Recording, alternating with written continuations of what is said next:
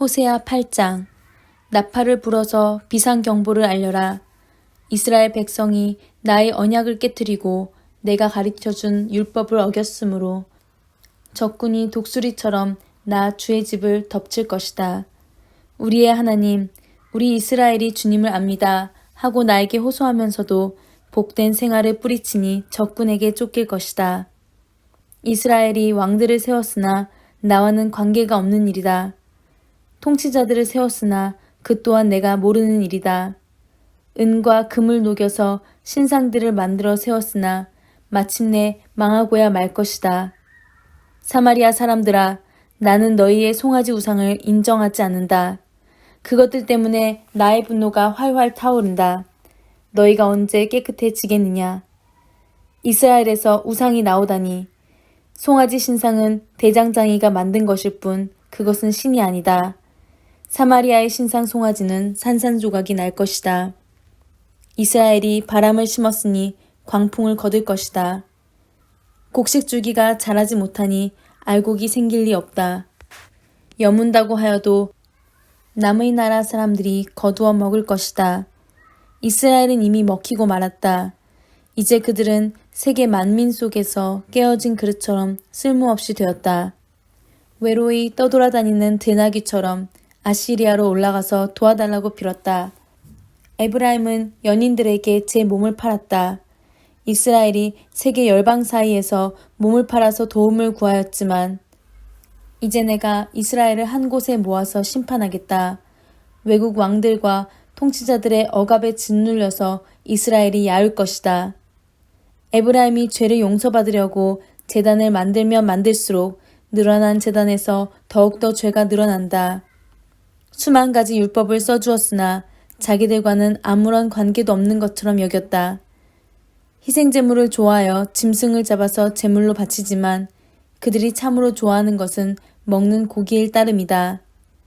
그러니 나 주가 어찌 그들과 더불어 기뻐하겠느냐. 이제 그들의 죄악을 기억하고 그들의 허물을 벌하여서 그들을 이집트로 다시 돌려보내겠다. 이스라엘이 궁궐들을 지었지만 자기들을 지은 창조주를 잊었다. 유다 백성이 견고한 성읍들을 많이 세웠으나 내가 불을 지르겠다. 궁궐들과 성읍들이 모두 불에 탈 것이다. 호세아 9장. 이스라엘아, 너희는 기뻐하지 말아라. 이방 백성들처럼 좋아 날뛰지 말아라. 너희는 하나님에게서 떠나서 음행을 하였다. 너희는 모든 타작 마당에서 창녀의 몸값을 받으며 좋아하고 있다. 그러나 타작 마당에서는 먹거리가 나오지 않고 포도주 틀에서는 새 포도주가 나지 않을 것이다. 에브라임이 주님의 땅에서 살 수 없게 되어 다시 이집트로 돌아가고 아시리아로 되돌아가서 부정한 음식을 먹을 것이다. 이방 땅에서는 주님께 포도주를 제물로 부어드릴 수 없고 그들이 바치는 제물이 주님을 기쁘게 해드릴 수도 없을 것이다.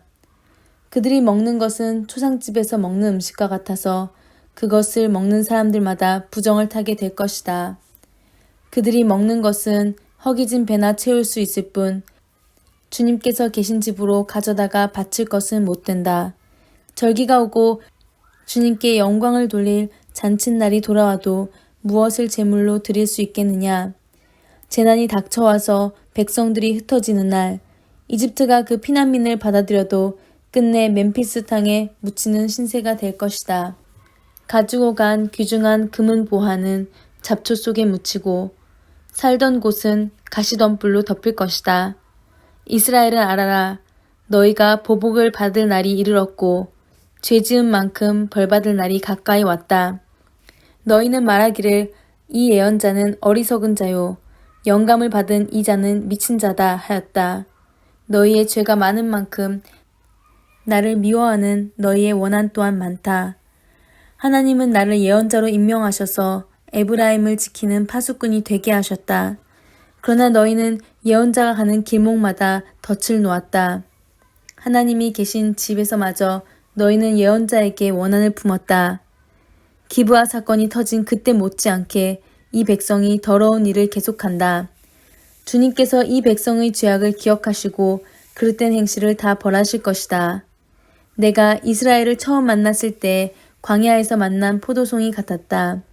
내가 너희 조상을 처음 보았을 때 제철에 막 익은 무화과의 첫 열매를 보는 듯하였다. 그러나 바알 보올에 이르자 그들은 거기에서 그 부끄러운 우상에게 몸을 바치고 우상을 좋아하다가 우상처럼 추악해지고 말았다. 이제 에브라임은 새와 같은 꼴이 될 것이다. 에브라임의 영광은 새처럼 날아갈 것이다.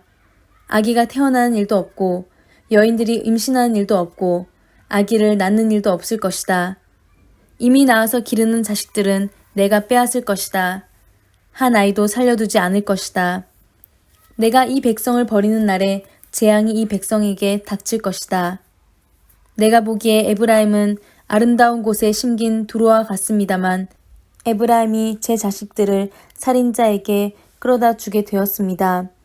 주님, 그들에게 벌을 내리십시오.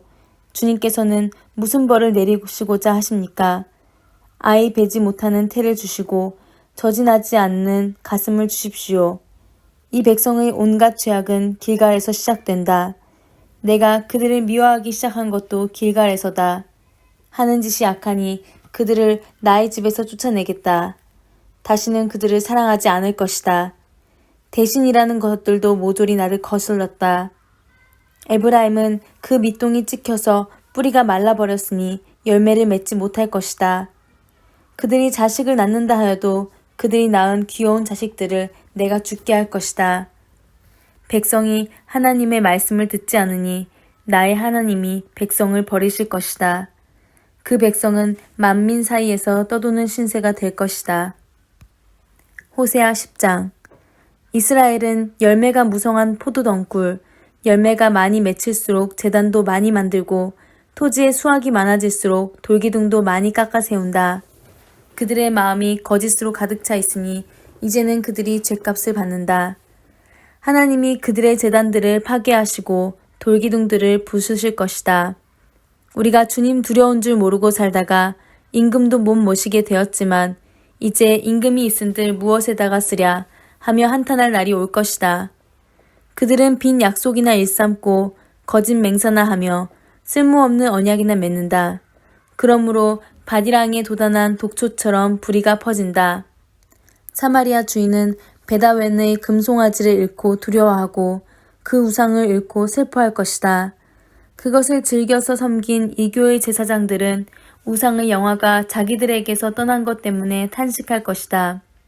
사람들이 금송아지를 아시리아로 가지고 가서 대왕에게 선물로 바칠 것이다. 그러나 에브라임이 대가로 받아오는 것은 수치뿐일 것이다. 끝내 이스라엘은 우상을 섬긴 일로 수치를 당하고야 말 것이다. 사마리아는 멸망하게 되었다. 왕은 물 위로 떠내려가는 나무 토막과 같다. 이제 이스라엘의 죄악인 아웬 삼당들은 무너지고 가시덤불과 엉겅퀴가 자라올라서 그 제단들을 뒤덮을 것이다. 그때의 백성들은 산들을 보고 우리를 숨겨다오, 또 언덕들을 보고 우리를 덮어다오 하고 호소할 것이다. 이스라엘아, 너는 기브아에 살던 때부터 죄를 짓기 시작해서 이제까지 죄를 짓고 있다. 거기에서부터 나에게 반항하였으니 어찌 전쟁이 기브아에서 죄 짓는 자에게 미치지 않겠느냐. 내가 원하는 그때에 이 백성을 쳐서 벌하겠다. 이방 나라들도 나와 함께 이 백성을 칠 것이다. 나 주를 떠나고 우상을 섬긴 이 두 가지 죄를 벌하겠다. 한때 에브라임은 길이 잘든 암소와 같아서 곡식을 밟아서 잘도 떨었다. 그러나 이제 나는 그 아름다운 목에 멍에를 씌워 에브라임은 수레를 끌게 하고 유다는 밭을 갈게 하고 야곱은 썰매질을 하게 하겠다. 내가 일렀다. 정의를 뿌리고 사랑의 열매를 거두어라. 지금은 너희가 주를 찾을 때이다. 묵은 땅을 갈아엎어라. 나 주가 너희에게 가서 정의를 비처럼 내려주겠다. 그러나 너희는 밭을 갈아서 죄악의 씨를 뿌리고 반역을 거두어서 거짓의 열매를 먹었으니 이는 내가 병거와 많은 수의 군인을 믿고 마음을 놓은 탓이다. 그러므로 내 백성을 공격하는 전쟁의 함성이 들려올 것이다. 베다벨이 살만에게 공격을 받고 파괴된 날과 같이 너희 요새들이 모조리 팔교될 것이다. 그날에 자식들이 박살난 바로 그 바위 위에서 어머니들마저 박살났지 않았느냐. 베델아, 내가 그것과 똑같이 너희들에게 하겠다. 너희가 지은 심히 무서운 죄악 때문에 그렇다. 이스라엘 왕은 전쟁이 시작되는 새벽녘에 틀림없이 잡혀 죽을 것이다.